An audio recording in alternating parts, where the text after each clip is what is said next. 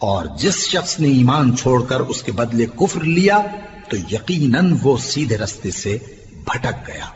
बहुत से अहले किताब अपने दिल की जलन से ये चाहते हैं कि ईमान ला चुकने के बाद तुमको फिर काफिर बना दें, हालांकि उन पर हक जाहिर हो चुका है। तो तुम मुआफ कर दो और दरगुजर करो यहां तक कि अल्लाह अपना दूसरा हुक्म भेजे।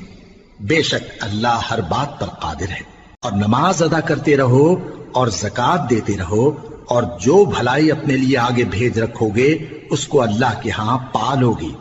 कुछ शक नहीं कि अल्लाह तुम्हारे सब कामों को देख रहा है। और यहूदी और ईसाई कहते हैं कि यहूदियों और ईसाइयों के सिवा कोई बहिश्त में नहीं जानेगा। ये इन लोगों के ख्यालात बातिल हैं। ऐ पैगंबर, इनसे कह दो कि अगर सच्चे हो तो दलील पेश करो। हाँ, क्यों नहीं। जो शख्स अल्लाह के आगे गर्दन झुका दे यानी ईमान ले आए